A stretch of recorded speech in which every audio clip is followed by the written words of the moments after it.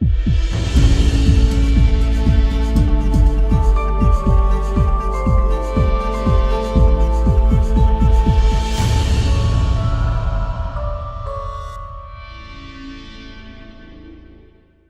Kutsar kodusel, võib öelda, Peebusi MM-etapil. Seni on peetud 3 etappi, 12. kohta, et kuidas sa oma sõitudega seni oled rahule jäänud? Ütleme nii, et on olnud häid sõite, on olnud halb sõite, pigem rohkem ebaõnne olnud, et Hispaanias kui teine sõit. Päris hea positsiooni peal, aga enda reaalselt halvasti sinna plakkidele kinni, et ei saanud enam sõita välja ja tänu sellele tuli üks 0 sisse, et see nagu ei olnud hea, et see on ikka päris ebaõnne. Ja nüüd Venemaal sai 2 sõitu vähemalt kirja, sai mõlemas olid punktid, et see on okei. Portugalis oli samamoodi, et esimene päev või kolmandaks, vaid lootus suured teises sõit minnes. Aga teises sõidus, ütleme nii peale stardikuulist tegin ise, läksin liiga uljaks, et hakkasin ründama kohe ja sellele põrkusin vastasõitjaga kokku ja kukkusin. No kokku on siis 6 võistlussõitu olnud ja on 5 erinevat võitjat. See on väga tihe klass, et siin võib 10-15 meest võivad sõidu võita. Ja siin on ütleme nii, et kõik on stardis kinni, et kus keegi pääseb. Et stardi sees minema saad, on alati võimalus siin ette saada. Ja hetkel ei ole jää sellist kindlat sõitjat, kes on kogu aeg ees olnud. Selle võrra on nagu mõnes mõttes hea positiivne. Et liider kogu vahetub, et ei saa punktide väga palju eest ära minna. On võimalik veel püüdub nagu kohti parandada palju. No rääkides sellest keegumise etapist, et Priit Rätsep võitis põhimõtteliselt sama klassi siin 2011 aastal. Ega homme väiksemate eesmärkidega rajale ja koduvõistlusele? Kindlasti. Eesmärgid on ikkagi alati kõrged olnud, et tulemust, aga ma ei taha midagi nagu ette ka sõnuda. Taas tuleb minna nagu nässu kõik, et lähen ennast raja peal maksimumi ja eks näis homme, kus kõik läheb ja mis tulemused tuleb. Eelmine aasta sõitsid MX2 nii-öelda põhiklassis.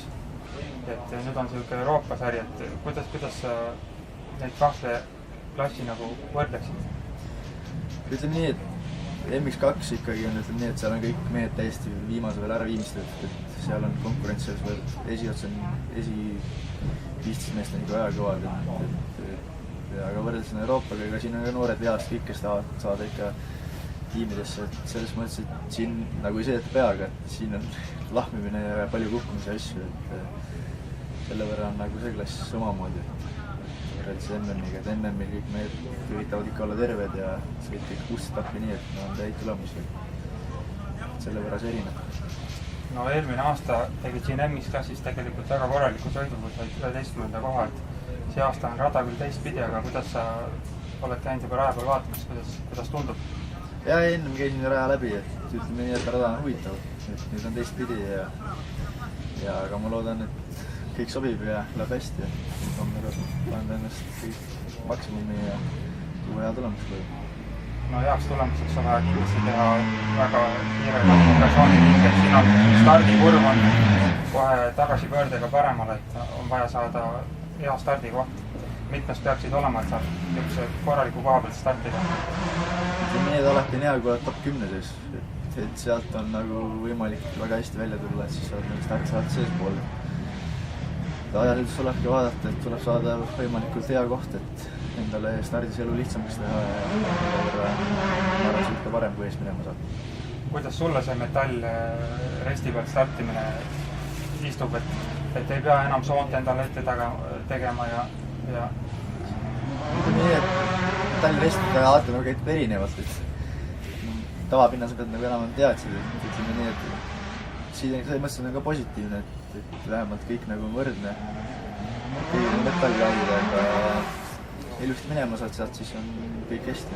Ma arvan, et sobib see. No nagu rallimeedki ütlevad, et seal gaasi peale hoida peab meestel nagu mune olema, nagu sina küll öelnud, et stardis on mune vaja. Kas need munad on kaasas homseks? Ma loodan, et need on kaasa võetud, tean, et seekord, et olen harjutanud nüüd rohkem trenni starti ja kõike. Et siin nagu tuleb minna munadega.